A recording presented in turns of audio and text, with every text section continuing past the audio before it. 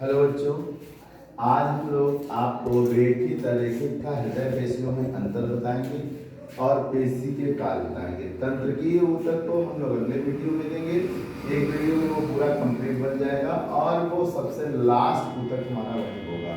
तंत्रिका क्या है, थोड़ा सा इंट्रोडक्शन आज हम दे देंगे आप लोगों को। ध्यान से देखिएगा, रेखित अरेखित का हृदय पेशियों में अंतर क्या होता है। इसके कोशिका द्रव्य में सिर्फ एक केंद्रक पाया जाता है, इसमें कई केंद्रक पाए जाते हैं और इसमें हृदय पेशी में भी एक ही केंद्रक पाया जाता है।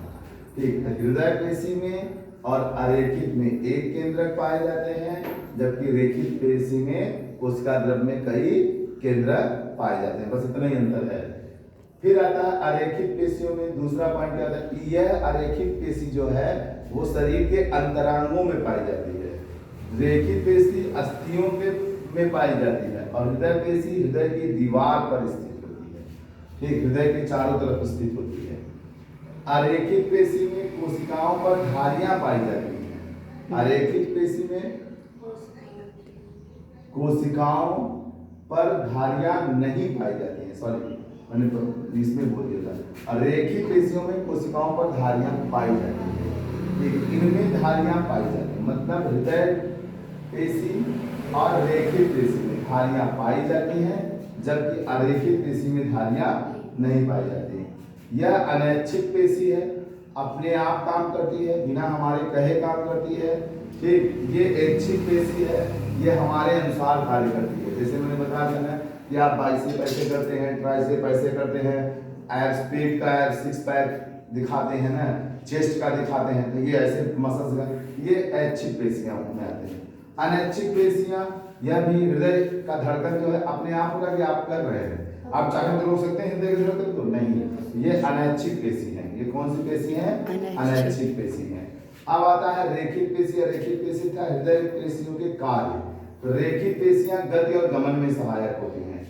रेखित पेशियां गति और गमन में सहायक होती हैं, जबकि अरेखित पेशी जो होती है वो आहार नाल में जब हम भोजन ले लेते हैं तो उस भोजन को संकुचन और शिथिलन के द्वारा आगे बढ़ाती है। समझ में आया? क्या करती है? भोजन को आगे बढ़ाने का कार्य करती है। इसी तरह से हृदय पेशी क्या करती है? शिथिलन और संकुचन के द्वारा, हृदय पेशी शिथिलन और संकुचन के द्वारा हृदय के रुधिर के प्रवाह को नियंत्रित करती है। हृदय में रुधिर के प्रवाह को नियंत्रित, जिसे हम ब्लड प्रेशर कहते हैं, रुधिर दाब, उस सब को नियंत्रित करती है। अब आता है तंत्रिकीय ऊतक। तंत्रिकीय ऊतक तंत्रिका तंत्र के बारे में जानकारी देता है।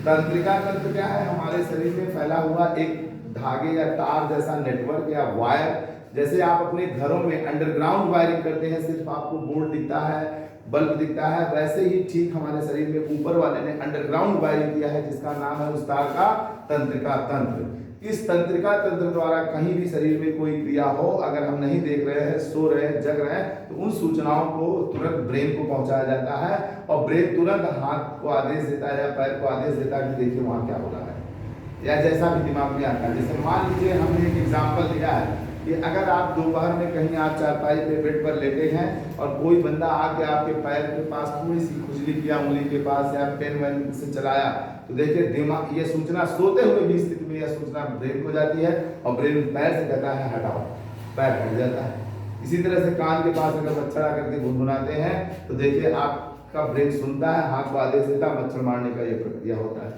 देखा ही होगा। ठीक, तो ये सारी सूचनाओं को ब्रेन के पास दिया जाता है। ब्रेन इसका हेड ऑफिस है और तंत्रिका तंत्र एक तार की तरह हमारे शरीर की सभी कोशिकाओं से जुड़ा होता है।